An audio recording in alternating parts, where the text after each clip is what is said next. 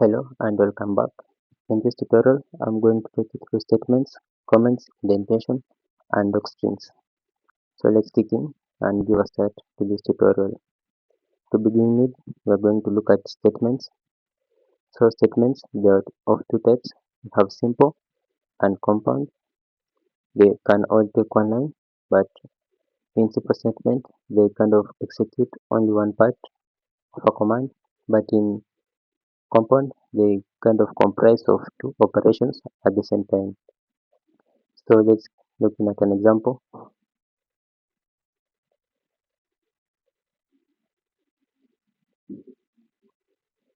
So in simple, you can have an expression or an assignment. In expression, this is simple. It can be an operation, let's say 20 plus 40.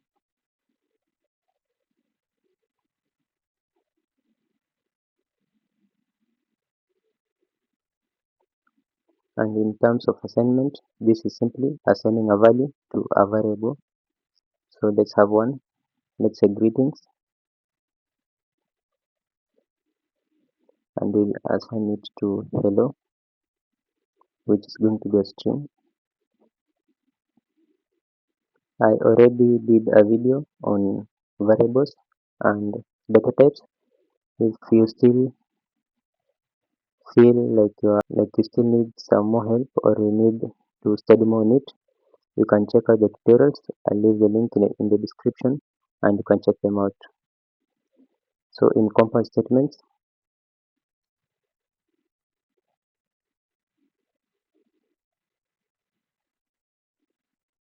this is an operation that compresses, it's a it's in a single line but compresses kind of two operations.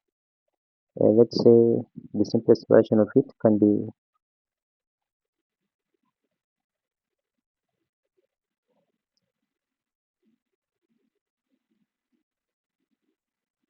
so this simply it's like an overriding of a variable where we set a to b and b is equals to a. So basically a is equals to b and b is equals to a.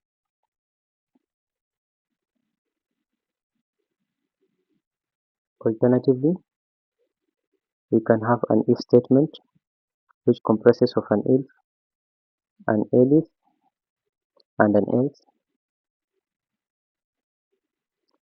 Now this is a loop that we're going to look on an oncoming tutorial.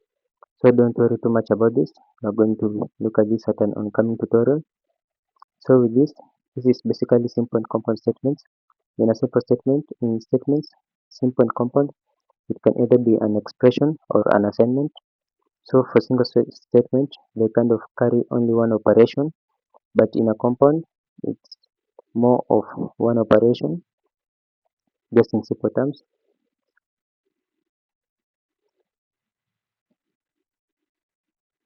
So from here, we have the multi-line statements.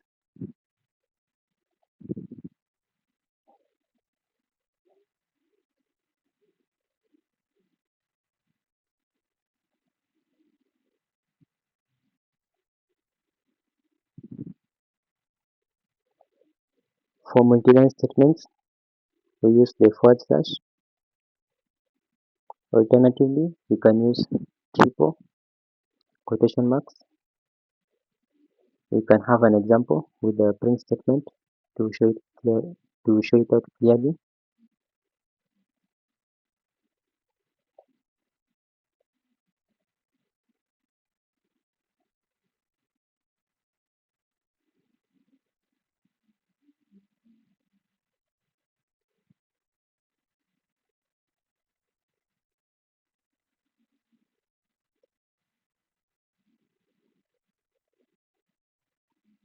So here we use the backslash.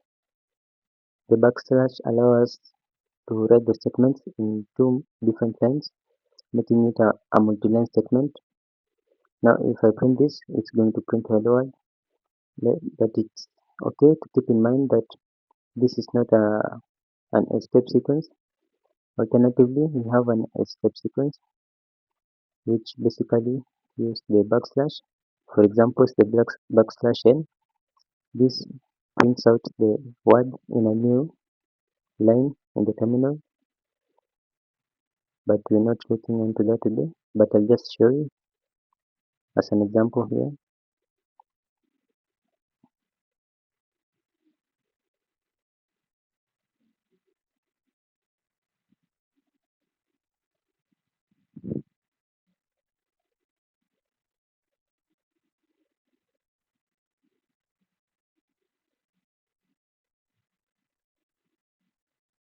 Mm, okay.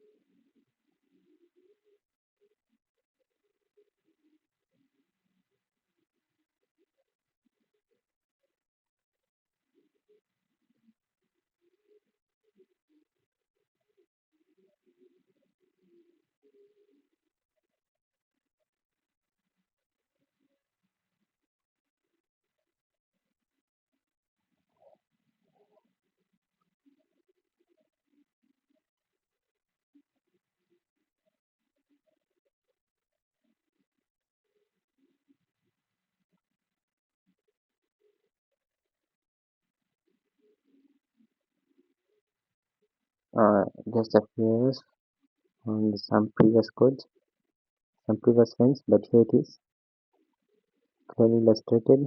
We use the backslash to create a multi-line statement. Alternatively, you can use the triple quotes.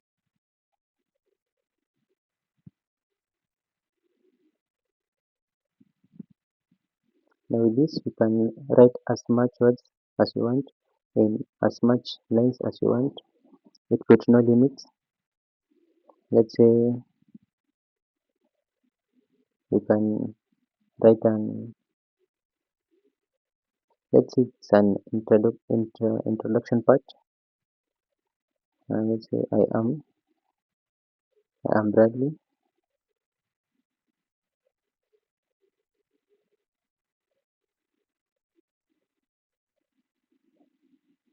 And I'm from Brad Data Safe Hub.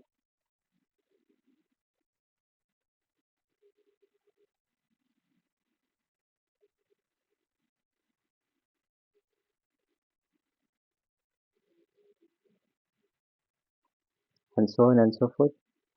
So these ones basically they help us while writing a documentation of a code to clearly explain it,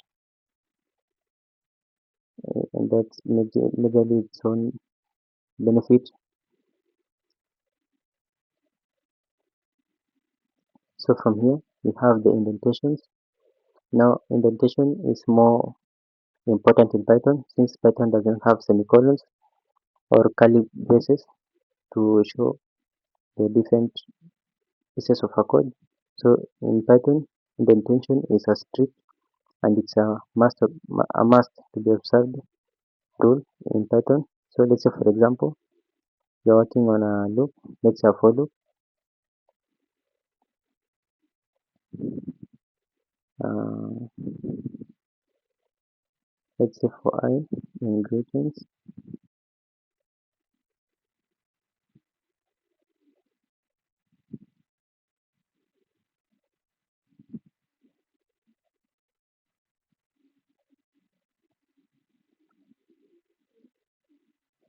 Now the follow the for loop here. This is going to iterate through greetings, which is our variable right here. it is going to iterate through it one by one and print the I. For the for loop is usually used to iterate through an iterable. Don't worry, we'll look at this at much more tutorials, but it's good to keep in mind it's just used to iterate through iterables. So if I print this, it's going to print each and every string, each and every part of this string in a single line. Let me print that out so you can see it. Here it is. So this is going to go through the string and print each of it one by one. So what to keep in mind here is that this part here, indentation, is more important because not unless we observe this indentation, the print function is not going to work. By default, the indentation is usually 4 lines. It is advisable that you should avoid the tab. Just for spacebar, you can press on the spacebar 4 times to observe the correct indentation. Alternatively, here in VS, it is gracefully handled and it creates the indentation for us. So as you go, you don't have to worry so much about the indentation, but it's pretty much important to keep in mind. Indentation is it's a must observe rule in Python. Uh, let's say you have a nested function, so indentation comes in much more critical here. You can have an if statement here. Alternatively, you can have another for loop here. That it all depends on the case that you're having, but it's important to keep in mind that indentation is a strict and must observe rule in Python, and we just can't avoid it. It's a must observe rule, and you should apply it appropriately in each and every time that you're working in Python. To move forward, let's look on comments. Now a comment is usually denoted by a hash. I believe you've seen me working with it on most of my tutorials. Now a hash simply tells the interpreter to ignore this statement. Again, the hash, which is a comment, helps in again getting the documentation of a code while working on a project. Sometimes it might be a part of a code that you believe or you feel should have an explanation. You can simply write a comment above it that explains the code below, and it's not going to be interpreted by the interpreter while the interpretation of the code is taking place or during the execution. From here, we have the docstrings. Again, the docstrings come in handy during the documentation of a code. So basically, comments and docstrings come in handy while documenting a part of a code or a whole project during the submission when you are done. All of these, they are pretty simple, and while working with them, you are going to see that as you can see in this tutorial, they are pretty much easy to understand and apply things. So with that, we come to the end of this tutorial. Let's meet in the next tutorial. Make sure that you subscribe so that you get posted as soon as the next video comes, and continue building your skills in Python. You have some nice time.